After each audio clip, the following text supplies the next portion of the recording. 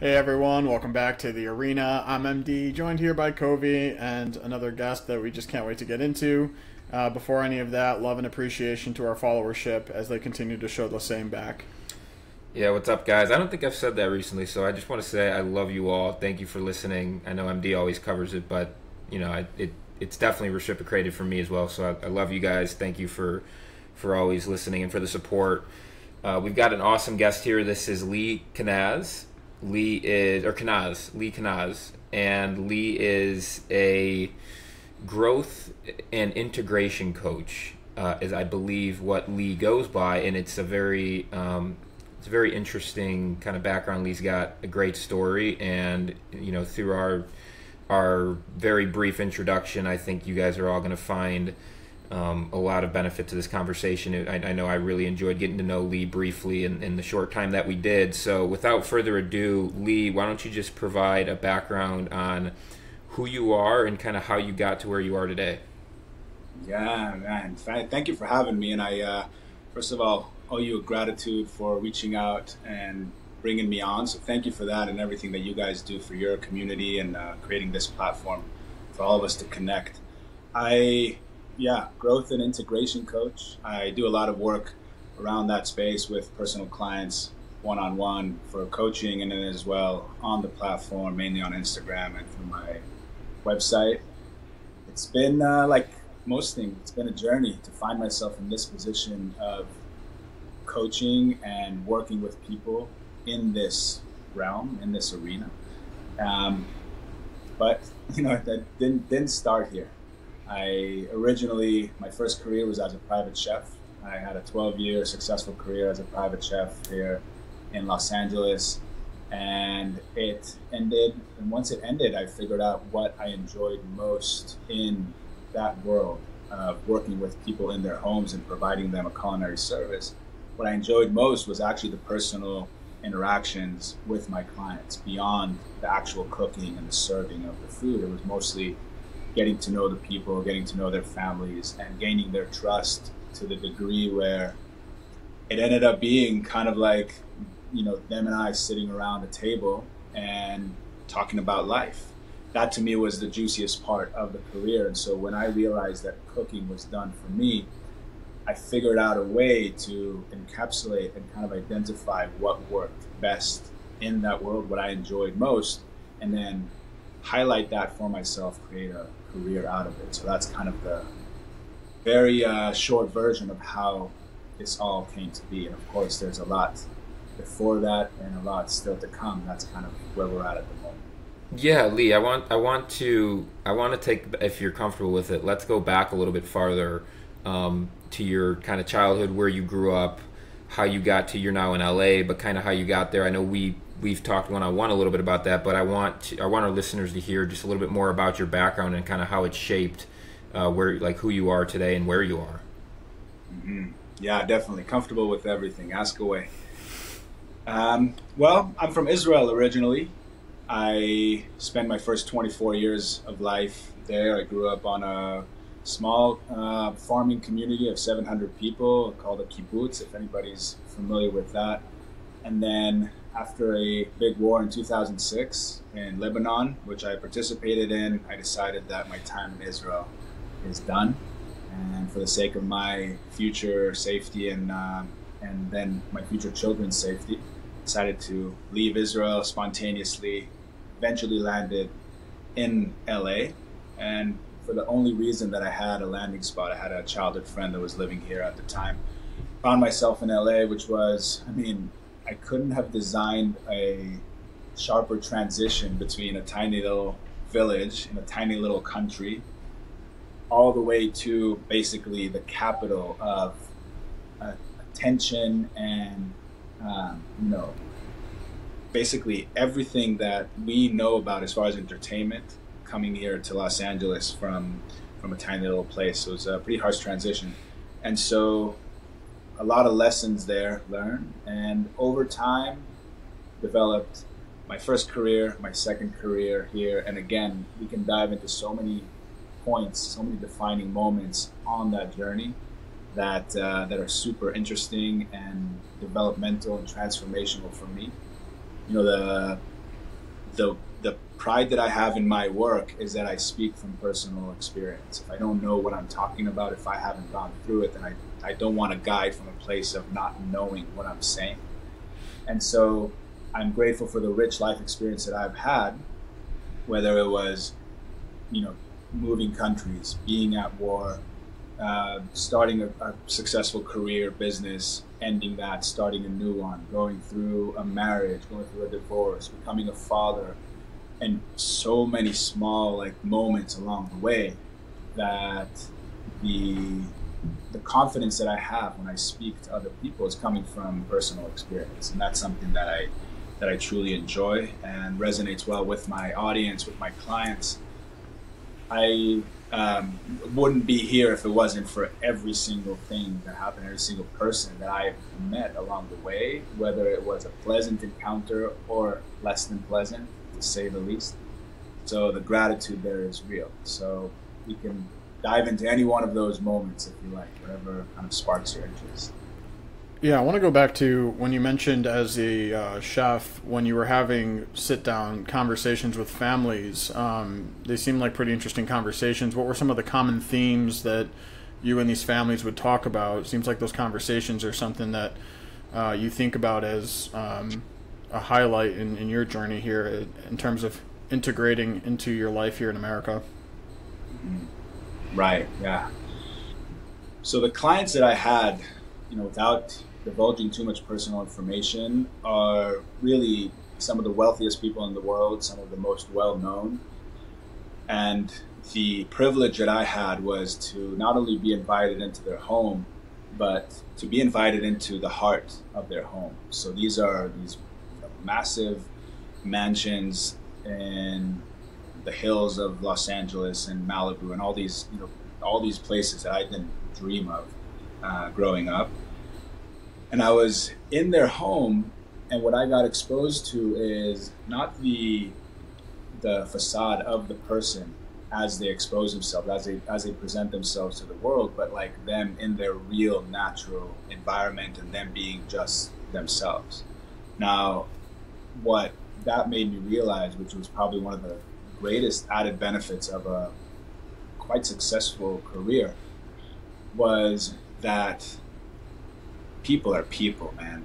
Everybody has their own stuff, and the illusion that the kind of winners of the game, if we're looking at the kind of collective game that we play in the West, accumulating financial success and wealth and materials and the homes and the cars and the vacations and the clothes and all that stuff, the externality of success.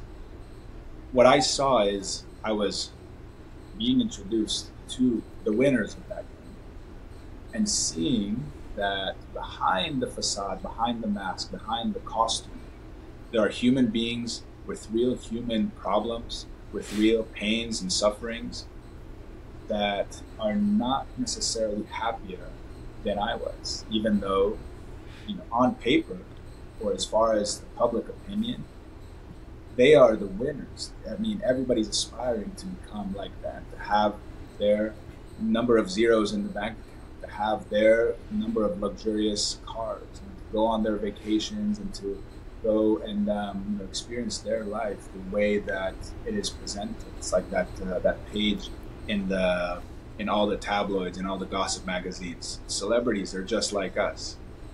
They are, but not in the way that we are thinking. They are in the way that they suffer. They have a lot going on for them that we would not wish on ourselves or on anyone that we care for. And so that to me was such an eye-opener, to say that people are people. I don't have to play that game. I can choose a different game for myself, and to be exposed through those conversations that we mentioned to the real people and who they are, allowed me to open my mind and say, this is not a game that I wish to play. I'm going to create my own game. And so it allowed me to then open my mind to become curious of, well, what is the game that I want to play? And first of all, understanding that all of life is a game with high consequences. I mean, we are attached to the life emotionally and physically we're affected by it. but I get to choose what kind of game I play in this lifetime. And it was a grueling process of reprogramming. That's what transformation actually is, a reprogramming of the way that we think and feel and process. A grueling process of reprogramming how I interact, first of all, with myself, and through that, how I interact with the world, with the understanding that I'm free to choose. I'm free to choose how I want to speak, how I want to think, how I want to act, how I want to dress, where I want to live, who I want to associate myself with, what kind of career do I want to have. It's not necessarily just the rules that are kind of set for me and for us collectively that I need to live with. There's a lot of like spectrum of color between that black and white. That was the greatest benefit from those conversations, which allowed me to then make so many great choices for myself and for others. So one of the bits of content you've come out with, you talk about the chase for external satisfaction is pleasurable, and that's why we can tend to think that that might be the only pursuit that there is. I find that quote so brilliant because oftentimes when something feels good, we think it is good. And it sounds like your exposure to these really wealthy families and your exposure to their underlying problems and sufferings opened your eyes, as you had said. So my question is, like, what is the real pursuit, or is there a real pursuit, or is there an other pursuit that we can learn from you? Mm-hmm. Yeah, there is another pursuit. We're all learning that for ourselves. But first, to address that kind of original pursuit that we all get indoctrinated into, us as humans, and look, everything that I'm saying is just from my personal experience and the way that I perceive things. None of it is gospel. I'm no person to preach anything. I'm a student as much as I am a guide. So from my perspective, the pursuit, first of all, as humans, is of the senses. We are obsessed with sensation because it is so palpable. It's very easy for us to feel anything that invigorates the five senses of taste, of smell, of touch, of sight, of sound. So anything that we feel with our senses, that we actually sense, we become obsessed with the understanding at that kind of base level that that is all there is. So if we believe that that is all there is, anything that stimulates the senses more is better in that basic kind of level of understanding. And so anything that we see that is beautiful, we want to create something that's even more beautiful, or possess something that's even more beautiful. And anything that feels really nice, we want to make sure that we continue feeling really nice on our skin, in our body's physical sensations. Same with the other senses. Eventually, and this is again the kind of lesson that was so clearly revealed to me, is that those who have all of that and there is not enough money in the world, and there's not enough stimulation out there to satisfy the senses to a degree that they feel complete. The chase never ends. The chase for a fancier vacation, the chase for more delicious food, which is, I believe, one of the most underrated drugs, unspoken about, deliciousness, our seek for deliciousness, our pursuit of deliciousness. We feel like everything needs to be always delicious. No, it's a drug. So like that pursuit is to no end. And that's what I saw. I saw people who have it all, who have access to whatever it is that they could ever dream of, and there's still no satisfaction. So that it's clear to me that the pursuit is then different. Now, there's no need to demonize, in my mind, any one of those, sense pursuits. It's great to be human. Let's face it. It's great to see beautiful things and to hear beautiful music and to feel great things on our bodies. And I mean, we're designed for it. Well, that's what sex is. Sex is designed for pleasure. So we keep on doing it. Food is designed to enhance our flavor receptor, so we keep eating. That's a survivalist. And so many other things, inspiration from music, from art. So there's no need to demonize that, but let's not pretend like it's the only pursuit there is. And so the greater pursuit that I see is possibly one of the hardest things to define in words, but the closest I can get to is, and this is also controversial in itself, the closest I can get to is self-love. And that is not in the way that it is first perceived. I'm not talking about self-love like, oh, just me, myself, and I don't need anybody in the world.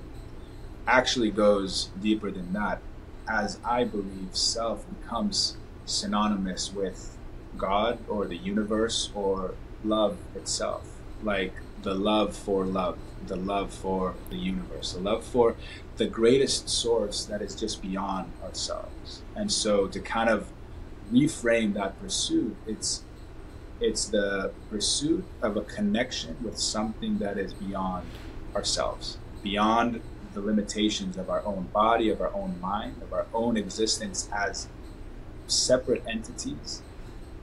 And through that pursuit, which to me is the greatest question of all, of like, who am I and what am I connected to? Through that pursuit, what then gets revealed to in increasing degrees as we go on is the feeling of connectedness, that I am not alone. I am not a sole island in the ocean of the world. I'm actually connected to not only every human being, but to every plant, to every element, to every object, to every energy, every entity in this universe. That's where I came from. That's where I am right now. That's where I return to once I leave the body. And the quest for that is eternal, and it is magnificent. That's kind of the way that I see it, of how do I then, in a very kind of sophisticated way of elevated awareness, create a balance between existing here on earth as a human, in my body, enjoying the experience, not pushing myself away from it, and at the same time digging so deep in and up to connect to everything that is at the same time.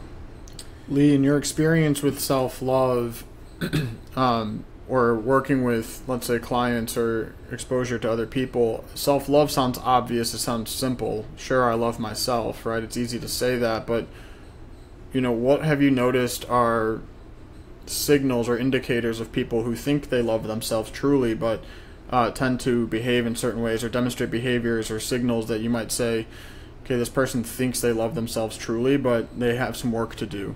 Have you noticed anything like that with the people you've worked with? Mm-hmm. Yes, definitely. I feel like this concept of self-love is very misunderstood. And the one thing that I can say to answer your question quite directly, one thing that somebody who can claim they have self-love but actually is not following it with their actions, a couple things that come to mind. First of all, the setting of boundaries. Boundaries to me are a very clear expression of self-love. I mean, if I love myself, then I won't allow anybody to hurt something that I love.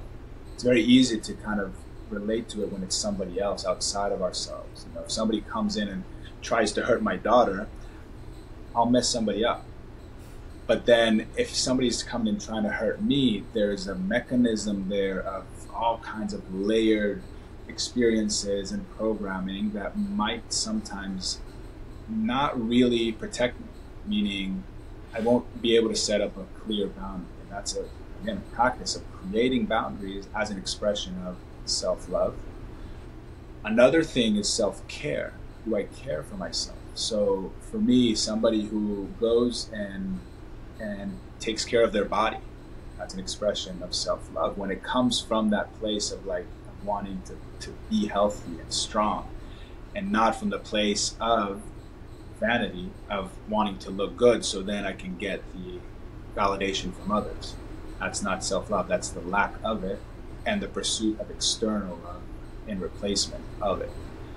And so those two self-care. What do I put in my body?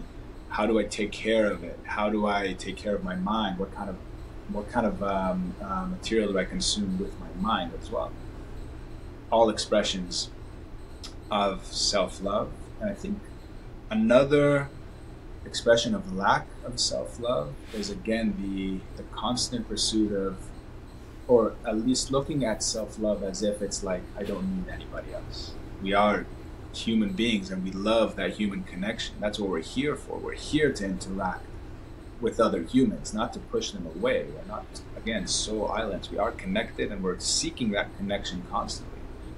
So a person who says, I love myself and I don't need anybody else, it's missing the point. I can see where it comes from. Human interaction can be extremely painful and bring up a lot of activated triggers and wounds and everything. It's not an easy thing to do, but that really is the pursuit of all pursuits, is to exist with other humans, to receive that kind of raw material to work with and then process it within ourselves, to raise our awareness, to develop that closer connection with others through the process of cultivating self-love first. So the way that I look at it is that self-love is the foundation that needs to be achieved first before we can really and deeply connect with other people. And it's actually the goal of it. It's not the self-love to isolate ourselves. It's a self-love that acts as that kind of safety net, foundation that then allows us to go into the world and just act completely freely, express ourselves fully, connect with others deeply, because we don't need anything from anybody else. We want to open up. We can live with open hearts, with open minds, and just free in our bodies to just do and be as we wish, what feels good, without harming anybody else, of course. That to me is the real purpose of self-love. And so anybody who has the ability to connect with others deeply and to receive others as they are, full acceptance, to me is a person who exemplifies self-love. They're speaking to me deeply right now, Lee. So I guess MD mentioned someone that maybe thinks they love themselves but doesn't, maybe ultimately. What about the person that comes to you and says, like, I don't like this about myself, I don't like this about myself, like very directly says, I don't love myself? How do you connect with that individual? How do you help inspire them to ultimately love themselves and get there? Mm-hmm. Yeah. Anybody who asks a question like that, to me, is expressing self-love. That's self-care. There's something about me that I'm not happy with. I wish to do what is necessary to make it better. I mean, what other expression? I can't even think of a better expression of seeking self-love. I want to be better. I want to be a better human for myself and for others. So that to me is admirable. You know, anybody that comes to me as a client with that type of question, to me, they've done 80% of the work already just by raising their hand and saying, hey, yeah, that's true. That's a great point. I'm not happy with this. I want to do something about it. I'm seeking support. Asking for help is a very difficult thing to do for us, especially in the West, as we're indoctrinated into this way of belief of like, I can do this on my own. I'm going to grind. I'm going to grunt. I'm going to hustle, and I'm going to create this thing because here I am. Asking for help then creates a connection with others. Great expression of self-love. What lies underneath self-love is self-acceptance.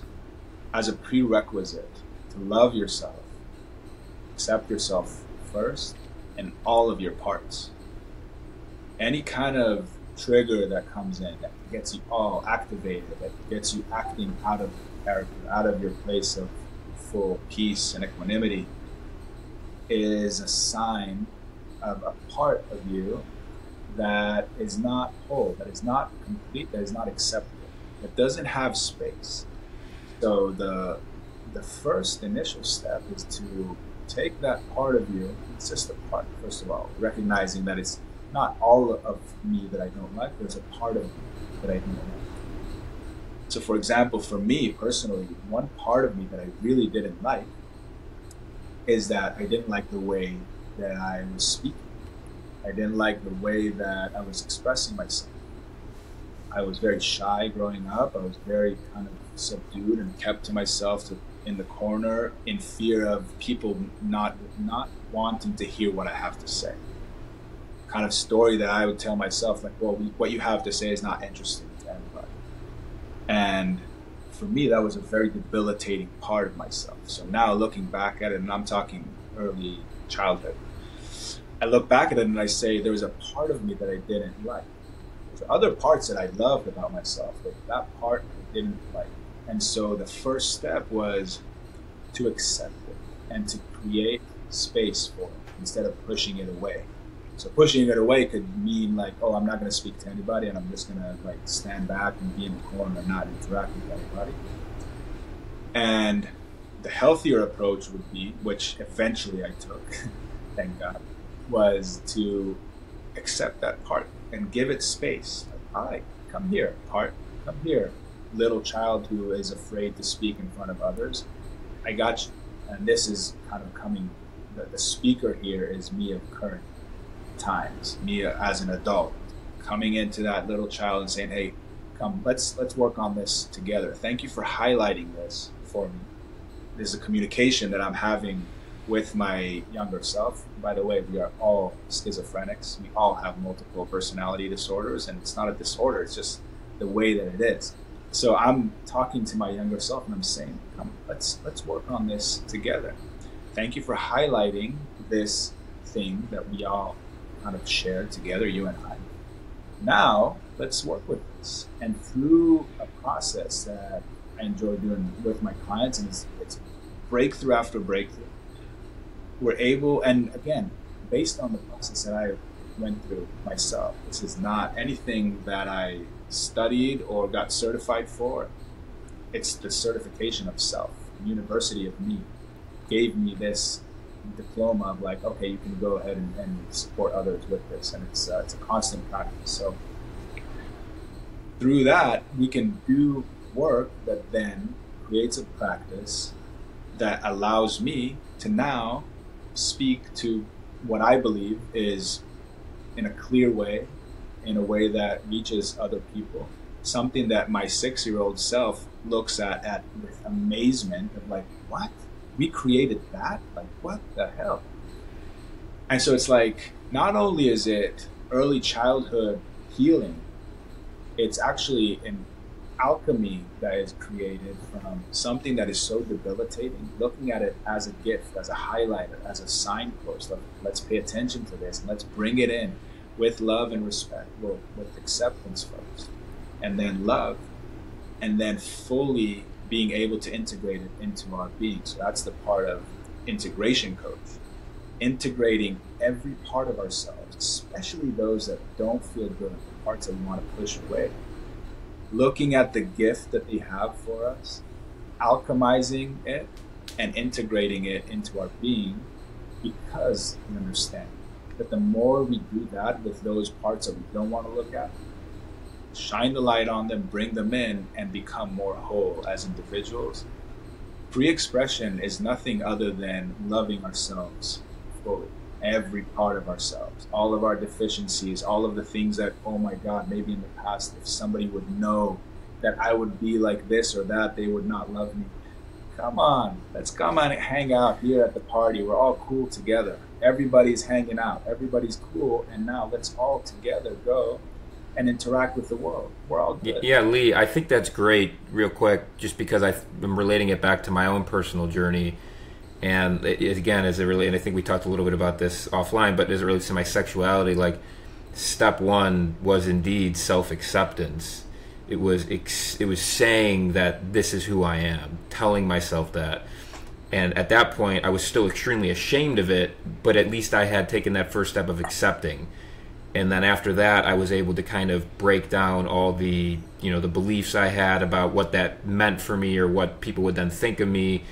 That all came after that, as part of the healing journey. But that first step was accepting who I was. So I was just, as you were talking, I'm just reminiscing about my journey that started about a year and a half ago.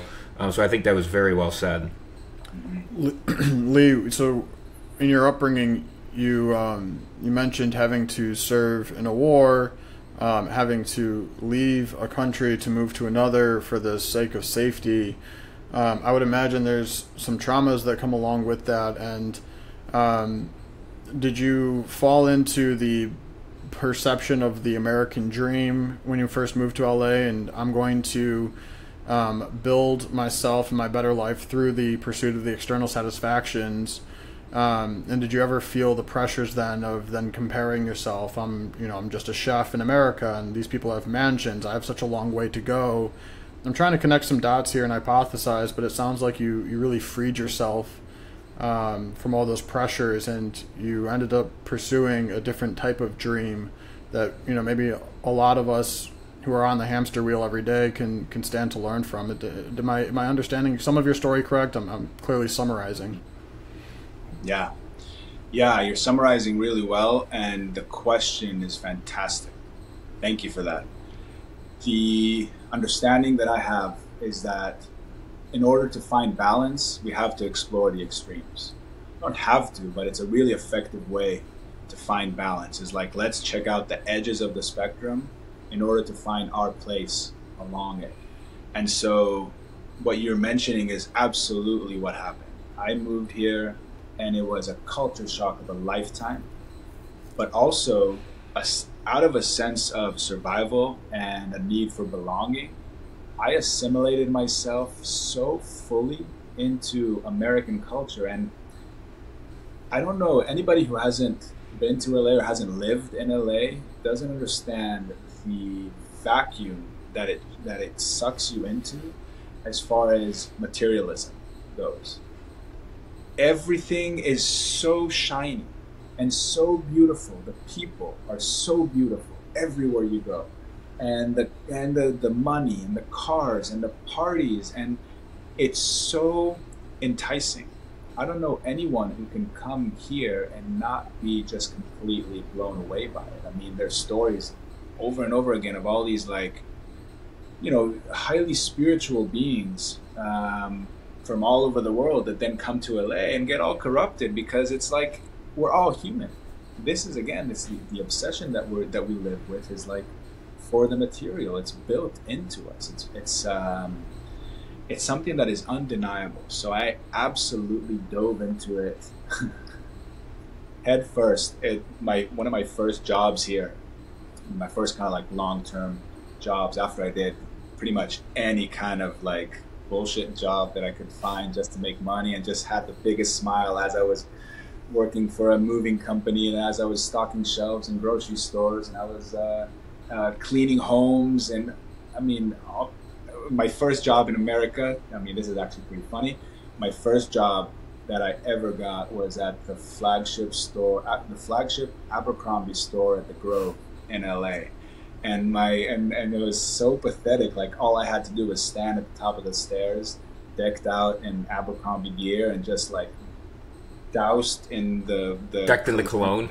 Yeah, smelled like that for weeks, and just say hi to people. I'm like, what the fuck is this? Like, this is work? What are we doing? So that was my introduction to working in America. But one of my first, my first long-term job was, and it's a story in itself of how I got there, was at one of the top, or actually at the time it was the top nightclub in Hollywood. And I was only here for maybe a year. I got there through meeting the owner's wife, who happened to be Israeli, so we created a camaraderie around that. Admittedly, I didn't really see a ring on her finger, so I kind of like, hey, how you doing? You wanna maybe something? But eventually realizing, okay, that's not the deal. Became friends with her brother. We would go out together, and she would always tell me, like, whenever you want a bartending job, just let me know. And so eventually I said to her, yeah, let's talk about this bartending gig. And I find myself in the top nightclub in Hollywood, out of the kibbutz in Israel, like, mind-blowing experience. And that introduced me to what wealth is and what fame is, because back in those times, it was like Paris Hilton and Britney Spears and characters like that rolling in, Jay-Z and Beyonce coming in, and it's like they're right there. So it's, to me, became that this is life. And so through that, easy money bartending, all cash, and then Vegas trips, and then unnecessary spending on cars and substances and parties and all that stuff, it became life. It became just like the natural thing that you do, and being so deeply sucked into that vacuum of experience, of sensation, of materialism, eventually to crash and burn to a place that was so unsatisfying that I couldn't help but scream for help. Well, how is that, like, what does that mean, crash and burn? Like, I'm over here thinking, why aren't you satisfied, right? Not me personally, but, you know, I think broadly a population might be thinking, why aren't you satisfied? And what does that crash and burn actually mean? Oh, I knew that was coming, by the way. As you were telling your story, I'm like, it's all going to come to a screeching halt pretty soon here. But yeah, go ahead. Well, I mean, it's foreshadowed. Right. Not doing that anymore. But the crash and burn, or that wake up moment, is so hard to define because there's no real answer to it. It's not clear. It's like it's the constant asking of that question of like, why am I not satisfied? I feel like the big trick here is, for a lot of us, I believe, in the back of our minds, we're asking ourselves that question. And the actual examination of what the answer would be is so terrifying. And we choose to just not look at it. Now, what happens when we choose to not look at an existential question of like, why am I not satisfied, is our body starts speaking to us. What the body does is tell the truth all the time. So whatever we don't want to acknowledge with our minds, with our hearts, the body will come in and say, hey, dude, pay attention. And so for anybody who's ever partied a little bit too hard, you know what it feels like the morning after. And you know what it feels like over time when there's no longer an ability to do things physically as you used to be able to. And so the body speaks. That's who we really need to listen to. The mind can tell us stories. Even the heart can make up all kinds of emotional narratives that don't really serve us. But the body tells the truth always. And so the crash and burn, eventually, after ignoring that question of why am I not satisfied? Oh, you're not satisfied? Okay, have another drink. You're not satisfied? Go out to another party. Oh, you're not satisfied? Go for another exciting event. That's the chase that we're really talking about. The courage comes when you stop and pause and really listen to what the body is telling you, or what the universe is telling you. The body is just a messenger. It's a courageous act because listening to this and paying attention to it necessarily means that your life is about to change in a very fundamental way. And we all know that change is one of the scariest things that we could ever face, especially when we're talking about deep, fundamental, transformational change that's about to occur. Now, it's better to get to that point before the body speaks loudly. That could look like many, life-threatening events that could happen. Heart attacks, strokes, intoxicated driving resulting in horrific accidents, things that wake you up whether you like it or not. So it's better to wake up before it wakes you up. And I woke up before it woke me up. I had my first step was my body started speaking to me, where I felt like I could go out and have one drink, wake up the next morning feeling hungover like I had 8 drinks. Like, what the hell is this? And eventually realizing that's my body speaking to me. Let's pay attention. Go and I got some blood tests, and eventually realized that there's this minor liver disorder. And the decision was to stop drinking. So didn't have luckily any kind of substance abuse problem, but the body was speaking loudly enough where the discomfort was worth examining. First step was, all right, I'm gonna stop drinking, not worth it. I'll just go out and still kind of partake in other things, but alcohol is just not on the menu for me. What happened there is that, I don't know if any one of you or anybody that's listening or watching has ever experienced a kind of like nightclub scene when you're sober. It starts off maybe kind of nice, and fairly quickly, before midnight usually, it starts looking like, what the hell am I doing here? And so consistently having those types of experiences, I realized, wait, this is not right. Like, this cannot be it. This cannot be all there is. And the consistency of those experiences really strengthened that point, eventually to get me to a place where I, through a series of different deeply enlightening experiences, I woke up to a reality of like, what the hell am I doing here? And yeah. So what, like, let's go back a little bit. Like, what do the sober eyes see in those nightclubs, you know, after 11 p.m.? Like, what are you observing? Because no, it's people who are partaking in the nightclubs and the drinking, they're never going to see what you see and observe. And I find myself kind of cringing almost, where the social interactions just don't make enough sense anymore. They're very cringeworthy, but I'll save some space for you to really just describe like what sober eyes see in that social environment. Yeah, I'm trying to figure out how to answer this in a non-judgmental way. I kind of put the burden on you with that one. Yeah, no, it's good. Burdens are good. Burdens make you stronger. I'm happy to carry a burden. It's what the sober eyes see is dissatisfaction. Dissatisfaction with what is. And what the sober eyes get to witness is the chase that the more it is activated, the less satisfaction happens. And so there's this kind of tipping point. And here, usually tipping point is a concept that we talk about in a positive way, like work hard and eventually it'll tip over and it'll be very easy. And here we're talking about kind of like an inverted tipping point. And with alcohol specifically, and any kind of excess in general, there's this point of like a climb of an experience, feeling better and better, and eventually there's a peak. With alcohol, that peak it comes really quickly. That like 1.5 to 2 drinks in, man, it's fun. You feel light, you feel loose, you feel like, whoa, everybody's great, having a great time, the music's playing. And then that tipping point comes. And once it starts dropping, the mood starts dropping. What gets activated there is what my sober eyes saw, is that what gets activated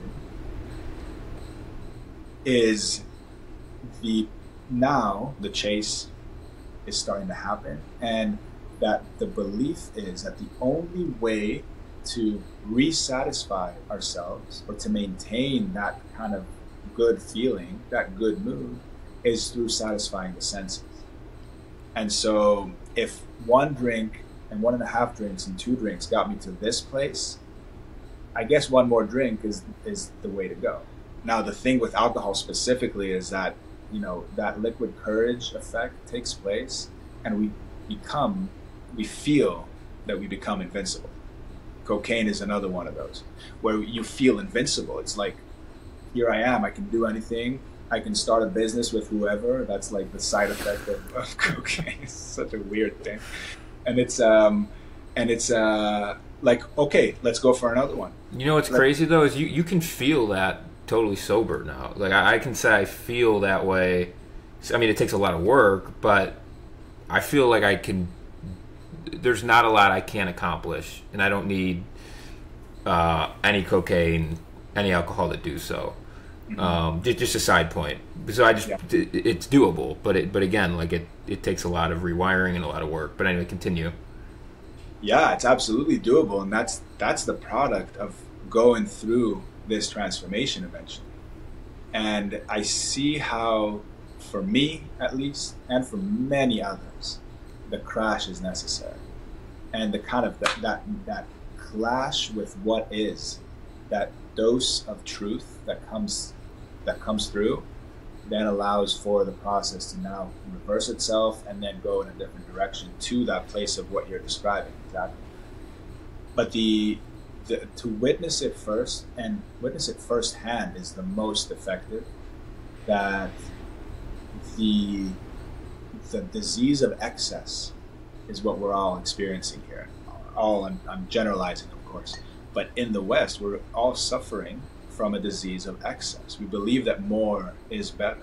And if we do more, if we start another business, if we have one more experience, if we have one more kind of whatever it is, one more drink, then things will be better. And really here, the reversal of that process is saying, how much less can I have to not have anything hold me back, to then pursue things from a different angle? We're looking for the same thing, whether it's through the senses or through anything else. The end goal here is the same. The end goal is joy, happiness, satisfaction, meaning, but doing so from a place of full awareness is it gets you to that place with much more sustainability and much more awareness, much more control. Like, here I am. Saying I can do anything with no enhancer in my system is the most empowering thing. I used to be so terrified of dancing, of how people would look at me while I'm dancing. So here comes alcohol, or here comes Molly or whatever it is. Like, all right, cool. All inhibitions go out the window. Like, we can do whatever we want. And then there's the come down, and then the fear that the substance was there to solve grows, because what happens there is the dependency gets developed. I can only be free, and in this case, let's say I can only dance freely with that substance. So there's that anchoring that happens. That is a terrible place to be in, because then, oh my God, I can't be free without that thing. We do that with people too. I can't feel love without my boyfriend, my girlfriend, my partner. That's the only way that I have access to love. And so to be untethered from that anchor, from the substance, from the person, that's full freedom. And then to practice it just on your own, all of a sudden, music's playing, let's dance. And it's like those past experiences compared to the present experience, all of a sudden, man, that is the most liberating and the most empowering thing. To overcome that anchor, to overcome that addiction is the most empowering thing. How would you describe fulfillment? I just ask because I think a lot of people, and myself included for a long time, it was like, well, just playing video games, like, it leaves me so fulfilled, or it makes me so happy. Now I look back, and it's like there was no real fulfillment there. There was no fulfillment of the soul there. So how do you define fulfillment? It's a big question. I feel like big questions can get answered in many different ways depending on the time and place. So whatever I answer right now is whatever's coming up to me. Ask me this in 30 minutes and maybe I'll give you a different answer. But what comes is, and forgive me, I'll kind of design and orchestrate this answer as I go. Hopefully it comes out clear, but I have this kind of idea in my mind that's starting to surface up. First of all, the ability to be aware of where I am emotionally, mentally, physically, spiritually in any given moment, to me is fulfillment. Meaning, things around me can change, things around me can shift. I can be in an environment that is extremely bliss-inducing, and then all of a sudden it ends. If I can still have that internal peace, that to me is fulfillment. So internal peace, I think that's a great, very short definition, but I'm very aligned with you there. Yeah. Yeah. And so internal peace, okay, well, thank you for clarifying that to me. I could have answered in 2 words, apparently, but I had to go through the circuit. Internal peace, maintaining the internal peace regardless of the external circumstances. That is really where we all want to be at. And it's safe to say that all the material pursuits are for the goal of internal peace. As long as we believe that that is the only way to do it, that's the path that we'll take. Only to find ourselves at the end of each one of those paths, roads, unsatisfied. It's like, guess I have to push harder against the wall. But then you kind of pull it back a little bit and say there must be a better, easier way. Nature operates through the path of least resistance always. And so if there's too much effort, too much friction in our life experience, it means that we're not going with the flow. We're going against it. There are times where we need to push through, but it's not necessarily always the case. And so internal peace and maintaining the internal peace regardless of the external circumstance, to me, is a life of fulfillment. And I appreciate your collaboration on creating this answer. So, no, yeah, I mean, it kind of hit me when you said internal peace, because I for me, and again, you talk a lot about this is just your experiences, like that's just my experience as well, is I feel like that's been kind of the common denominator when I think about fulfillment now. MD, did you have anything else you wanted to ask Lee before we wrap up? I did, yeah. I don't mean to go into a rabbit hole with this one, but it just has me thinking about, because we talk a lot about self and self-awareness, inner peace, freeing ourselves of the external. I have a question to you about just competitiveness. I've grown up an athlete. I've grown up in sales.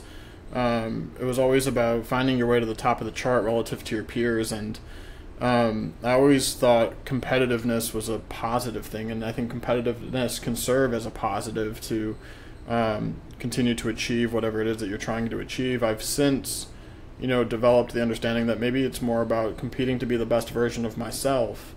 But maybe what is your take? Because I'm curious, because you're so in tune with the self that, like, how do you work with people that are maybe type A or competitive and want to one up the person around them? Is that a positive? Is that a negative? Is that indicative of a trait or a quality of the person? And I'm putting myself on the spot here because I think I've long been interpersonally competitive. Mm-hmm. Yeah. Competitiveness is a part of nature. Nature is competitive for survival. Like 2 animals coming in and there's only one prey, but may the best one win.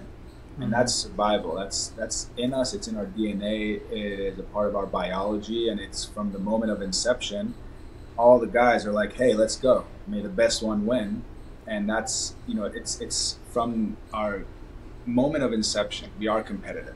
It's in our nature. There's no need to push it down. There's no need to kind of disregard it as if it's something that's bad. It's something to celebrate. And the question is a matter of perspective and what does it mean to win? Meaning, if we have all of our basic needs met, then competitiveness is something to be celebrated as part of the game of life. I think the tricky part is when it becomes the meaning of life. Because if it carries an existential weight to it, winning or losing, then we become addicted to it. Then it becomes our substance. Now, if there is an ability, and I feel like, one of my favorite moments in sports, speaking of competitiveness, one of the greatest achievements in sports that I find time and time again is when you watch a UFC fight, mixed martial arts fight, and then when there's the embrace of 2 people who are just about to break each other's skulls. That to me is the highest expression of humanity. Competitiveness with high consequences, high level of injury, risk of death that these 2 people are submitting themselves to willingly out of that drive to compete, that drive to prove to themselves their ability, to get the approval of the fans, whatever it is, they're going in there fiercely, and they go for it. There's a winner, there's a loser, and then there's that embrace at the end. And so that, for me, if we can kind of extrapolate the essence of that moment for ourselves as competitive beings, we say the winning and losing doesn't matter.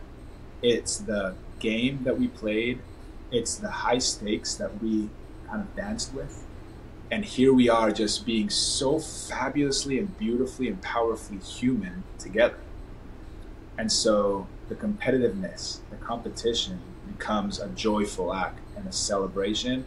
So I think that if we are able to do that, then we're able to compete fiercely. We're able to push ourselves to the limit. We're able to help each other grow, because if you're coming at me with that fierceness, I better meet you with at least the same level of intensity.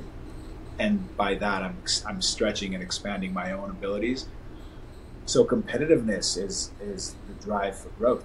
And eventually, yes, it all comes down to my competitiveness with myself of the moment before. How can I grow with each day, with each experience? And it's much more fun and enjoyable and effective to do with others around us. So as we come together, you see it at the gym all the time. I go and I lift, and I'm like in the mindset of going soft and going easy and just like moving a little bit. And then the dude right next to me is just like looking ripped, and then he has all cut sleeves and everything, and he's pushing. I'm like, God damn, I was gonna go. Or you see a good-looking woman, and you're like, shoot, I gotta do a little more weight than I normally would. Shoulder press a little bit more. There's that too, but thank God I got to the point where I'm feeling safe and immune to that. Not that it's not nice to get noticed by a beautiful woman, but the drive to prove myself to a beautiful woman has diminished significantly, and that's another topic that I would love to get into maybe for our next conversation. But it's one of the biggest traps that men face, heterosexual men face. It's it's a fun one to talk about. But yeah, that's what I have to say about competitiveness. If we look at it as a game and as an extension of our humanity, then absolutely, let's go for it. I appreciate that. It really helps shape my perspective of it. I was getting kind of worried, thinking, well, all this time being competitive, but I think as long as you view it as just a measuring stick for your own personal growth, but also doing so along the way with love for self and love for others, I think that's a really, really strong perspective around competitiveness. And maybe not doing it strictly for like your ego, to make yourself like, oh, I'm up here. Like, and that's tough, right? Because it's like growth versus ego, and a really blurry line. You really have to be true with yourself in the mirror. Yeah, definitely. So we're going to wrap up here, Lee. I just wanted to say, first of all, with some rapid fire questions, but thank you so much for coming on here and sharing your wisdom. It's been a really, really enjoyable conversation, I think, for both of us. So we got 3 rapid fire questions to wrap this up. So the first one is, what's the best piece of advice that you've ever been given, or just like your favorite quote?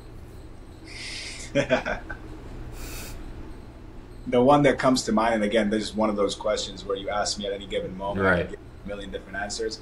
The one that comes to mind is from Thich Nhat Hanh, who is a Buddhist monk. The Buddhist, Yeah, Buddhist monk, great teacher. He passed away a few years ago. And this to me is the mantra of all mantras: breathe and smile. And it's so simplistic and so basic and so rich at the same time. If we're talking about getting out of depressions, getting out of tough spots, breathe and smile is such a mental exercise that will get us out of any tough spot. So that's something that I practice constantly: breathe and smile. I love that. The second one is, if you could have dinner with anyone in the world, dead or alive, who would it be and why? Ah, man. I would love to. I would love to have hummus with my dad one more time. He passed away a year and a half ago. That's beautiful. We've gotten that answer a few times now. Thank you for sharing that. And then lastly, just like, what do you like to do in your free time, hobbies, that kind of thing? Mm-hmm. Anytime I can jump into a body of water, I'm all in. It's there's some spots here in LA that require maybe an hour and a half to 2 hour drive in traffic, and whenever I can, I'll just get in my car, do that drive, jump in for 20 minutes and drive back. It's all I need. So time in nature in general, as a reset, as a tool to reconnect to what is true, that would be it. All right, Lee, we just wanted to thank you one more time. We're going to sign off here, but thanks again. Yeah, I appreciate it.